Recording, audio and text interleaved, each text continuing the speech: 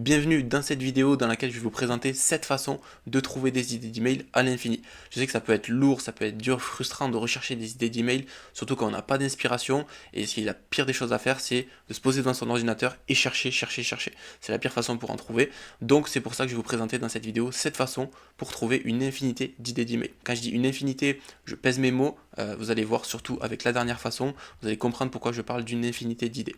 Avant de commencer, si vous êtes intéressé par l'email marketing de près ou de loin, je vous conseille fortement de vous abonner à cette chaîne YouTube, vous allez avoir un maximum de contenu qui va arriver dans les prochaines semaines, prochains mois. Pareil, n'hésitez pas à liker, commenter, partager pour me soutenir et faire comprendre à l'algorithme que vous aimez ce genre de contenu. On va pas perdre plus de temps et on va commencer par la première astuce. La première, c'est tout simplement d'avoir une stratégie d'email définie. Le fait d'avoir une stratégie d'email définie, ça va vous permettre de savoir quoi poster, quand le poster, pourquoi le poster, et donc ça va faciliter votre recherche. Si vous savez quel type de post vous allez devoir publier, quel type d'email je veux dire vous allez devoir publier, ça sera beaucoup plus facile dans votre recherche. Vous saurez si vous devez chercher un email de type connexion, un email de type valeur, de type vente, de type crédibilité, et donc ça va aiguiller votre recherche, ce qui la rendra beaucoup plus simple.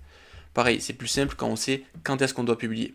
Si vous savez par exemple la quantité d'emails de type valeur que vous devez publier, vous savez que 2 fois par semaine vous allez publier un email de type valeur, mais vous savez quel type d'email vous allez devoir rechercher. Donc ça c'est le premier point, avoir une stratégie définie. Le deuxième point, c'est d'avoir un stock d'idées, de gérer, de garder un stock d'idées. Ça, c'est tout simplement, le but, c'est d'avoir un Notion, un Google Doc, un Word, avoir un papier, un stylo même si vous voulez, une note sur iPhone. Le but, c'est vraiment d'avoir un stock d'idées, un document dans lequel vous allez avoir toutes les idées que vous notez. Le but, c'est que vous soyez en train de travailler, de manger, de parler avec des amis, d'être sur votre téléphone, de faire du sport. Si vous avez une idée qui vous vient, le but c'est de pouvoir la noter dans ce document-là et pouvoir la retrouver plus tard. Parce que comme je vous ai dit au début de la vidéo, la plupart des bonnes idées, elles viennent pas en recherchant, en restant derrière son ordinateur, elles viennent en bougeant, en faisant autre chose que travailler et réfléchir à ça, elles viennent à ce moment-là, et le but c'est d'avoir quelque chose, un document, un support sur lequel noter cette idée. Souvent, ce qui va arriver, c'est que vous allez avoir plein d'idées comme ça qui vont être brouillons, donc ce qui peut être intéressant, c'est de faire un tri toutes les semaines, tous les mois, tous les 2 mois, pour classer ces différents types d'idées en fonction d'objectifs d'idées, en fonction d'objectifs d'email, en fonction d'événements, en fonction, peu importe, mais de les classer. Vous pouvez ne pas les classer si ça vous va comme ça à chaque fois, mais c'est juste que quand vous allez devoir rechercher une idée dans ce stock-là, vous allez devoir reparcourir toutes les idées avant de trouver la bonne. Ensuite, le troisième élément, ça va être d'utiliser les interactions de votre audience. Votre audience, ce sont les personnes qui vont recevoir vos emails, ce sont les personnes qui sont intéressées par vos produits, ce sont vos prospects. Et donc, c'est ces personnes-là auxquelles il va falloir accorder le plus d'importance. C'est l'avis de ces personnes-là qu'il va falloir utiliser pour trouver des idées de contenu qui vont permettre de convertir et de vendre par la suite. C'est pour ça qu'il est hyper intéressant pour trouver des idées d'email, de regarder les commentaires qui sont sous vos posts sur les réseaux sociaux, de regarder les messages privés qui vous sont envoyés, les échanges que vous avez avec votre audience sur les réseaux sociaux par exemple, les emails qu'on vous envoie, les réponses aux sondages, les avis de vos clients sur Google, sur Trustpilot, sur votre boutique. Vous pouvez même aller voir les interactions de concurrents. Si un concurrent est vraiment dans la même niche très spécifique, exactement la même que vous pouvez vous inspirer des interactions des clients ou des prospects de ces concurrents-là. Ça peut être aussi une possibilité pour trouver des idées d'email et comprendre ce que votre audience, donc l'audience de votre concurrent, qui est la même normalement, ce que cette audience-là recherche, ce que cette audience-là a besoin. Donc pour ça, comme je l'ai dit, vous pouvez regarder sur Instagram, Facebook, TikTok, vos avis Google, Gmail, etc. Le quatrième point, ça va être de vous inspirer de vos concurrents. Donc ça rejoint un petit peu ce que je vous expliquais juste à l'instant, donc de s'inspirer des interactions de vos concurrents, sauf que là, on va directement s'inspirer des emails que vos concurrents créent directement. Le but, ça va être de s'abonner à toutes les newsletters des différents concurrents que vous avez. Pour ça, vous allez tout simplement les rechercher, donc sur Google, sur les réseaux sociaux, Instagram, Pinterest, YouTube, Facebook, TikTok, etc. Vous allez donc rechercher ces concurrents-là. Une fois que vous allez les trouver, vous allez aller sur leur boutique, vous abonner à leur newsletter. Donc avant même de vous abonner, vous allez pouvoir regarder même le pop-up, le formulaire de pied de page que eux utilisent. Puis derrière, vous allez pouvoir vous abonner aux emails et voir les emails qui sont envoyés de leur part. Donc vous allez recevoir généralement la séquence de bienvenue en premier. Vous allez recevoir aussi les campagnes que cette marque envoie régulièrement, si elle envoie des campagnes. Et vous pouvez aussi déclencher, donc par exemple, un panier abandonné, un checkout abandonné et d'autres événements comme ça pour déclencher certaines séquences automatiques et voir ce que vos concurrents envoient comme email. Ça peut être intéressant du coup de s'abonner à plein de newsletters différents, de plein de vos concurrents, et avoir une boîte mail dans laquelle vous allez recevoir tous ces emails-là, tous les emails des entreprises et des marques de votre secteur. Ce qui fait que vous allez avoir énormément d'emails sur lesquels vous allez pouvoir vous inspirer. Pour ça, ce que j'ai fait, c'est que je suis allé sur Google par exemple. Je prends l'exemple d'une marque de prêt-à-porter féminin. Donc j'ai écrit directement sur Google prêt-à-porter féminin. Donc j'ai utilisé des mots-clés cohérents à la marque pour laquelle je vais faire une recherche. J'utilise ces mots-clés dans Google ou sur les réseaux sociaux. J'ai trouvé plusieurs marques comme ces marques-là. Donc on va directement aller dessus. Prenons cette première marque ici. Donc ce qu'on va faire, c'est tout simplement déjà d'attendre en général 10-15 secondes max pour voir si le pop-up s'affiche. Certaines marques n'ont pas de pop-up. Elles, je l'ai regardé un petit peu en avance et j'ai attendu pendant un petit moment, 30 secondes, 1 minute. Il n'y avait pas de pop-up, donc on peut dire que la stratégie n'est pas optimisée. Enfin bref, mais c'est pas le sujet en tout cas. Donc là, il n'y a pas de pop-up, donc ce qu'on va faire pour s'inscrire, c'est qu'on va aller tout en bas. On a toujours, c'est ça, un footer form, donc un formulaire de pied de page, un formulaire fixe comme ça qui est présent sur toutes les boutiques en bas du site et sur lequel on peut s'inscrire à la newsletter. Donc on rentre l'email, on coche la petite case et on s'abonne. Derrière, donc moi je l'ai déjà fait, mais derrière on va recevoir du coup la séquence de bienvenue et ensuite les campagnes de cette marque, ce qui fait que dans notre boîte mail on va tomber sur des emails intéressants dont on peut s'inspirer et les réutiliser pour les adapter à notre façon. Le 5e point, ça va être de recycler vos contenus.